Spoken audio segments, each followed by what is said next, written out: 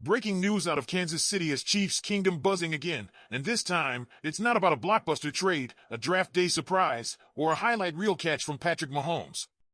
No, this story carries a different kind of weight. It's about a name fans already know, a face they've already cheered for, and a player who's already worn the red and gold into battle under the brightest lights the NFL has to offer. Mike Edwards is back.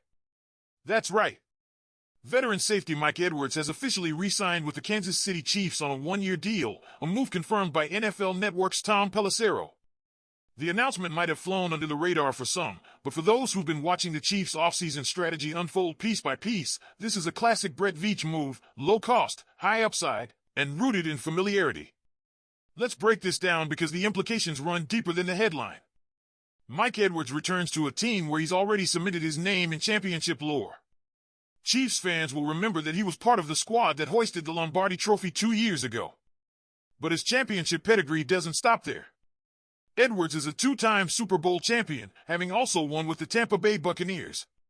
We're talking about a player who's been to the mountaintop twice, and not by accident.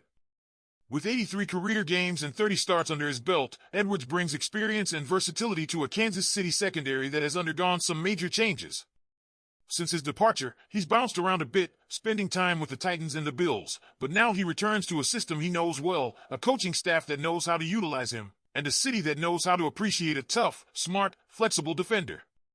Now let's get into the real impact of this move.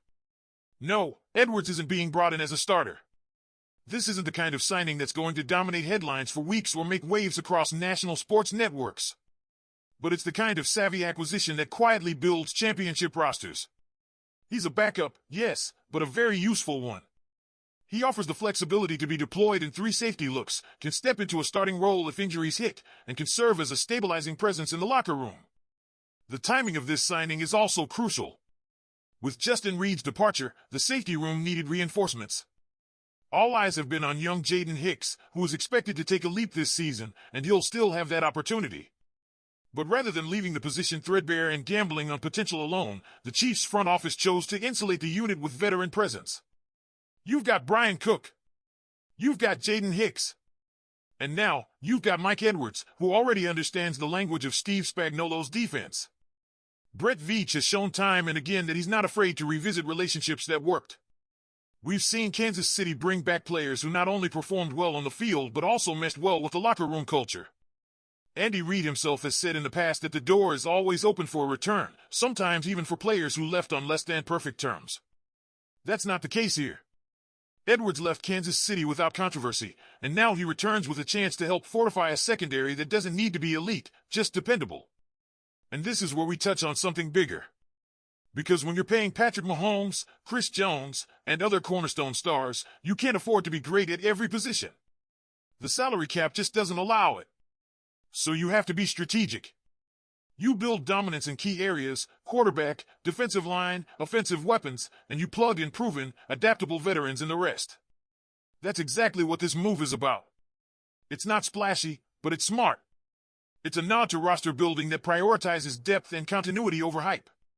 This safety room may not look intimidating on paper compared to other NFL units, but it doesn't need to. What it needs is reliability, adaptability, and a little bit of playoff seasoning. With Mike Edwards back in the fold, Kansas City has all 3. The Chiefs report is going to continue covering every detail of this second wave of NFL free agency, and this kind of under-the-radar move is what separates teams just looking to compete from those preparing to contend.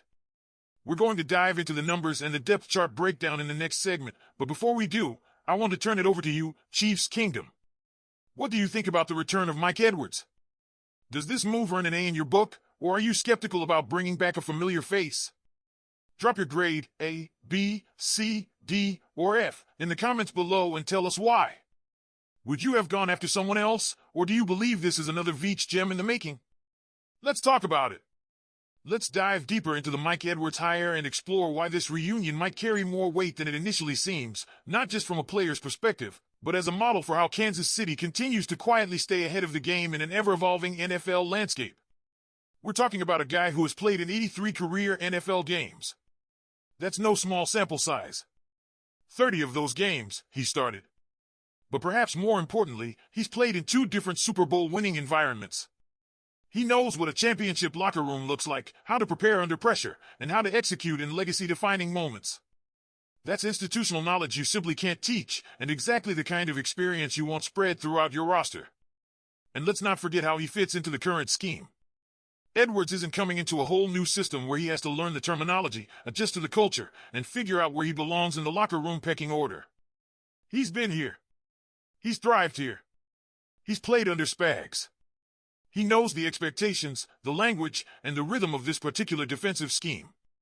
That means less prep time and more plug-and-play readiness.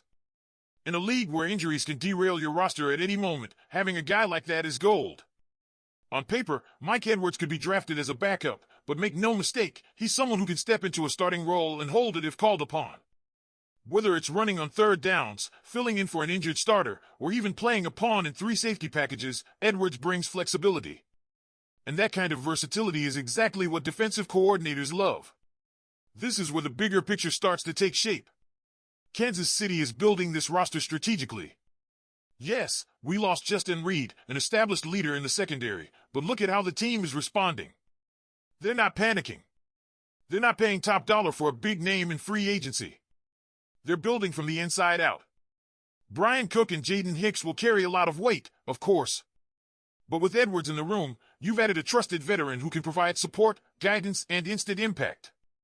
Let's talk about Jaden Hicks for a second, because that's another key to understanding why signing Edwards matters.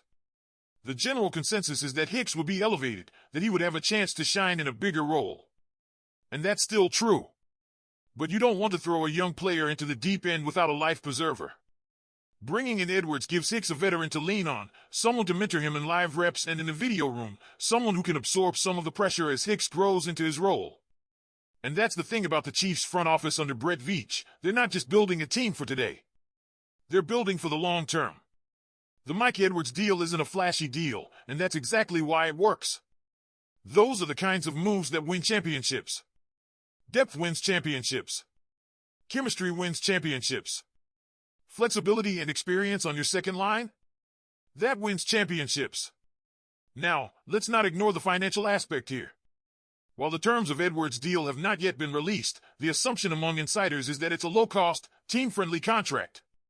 And that's great when you're already shelling out big bucks for Mahomes, Chris Jones, and other stars. When your cap space is tight, you need to win on the margins.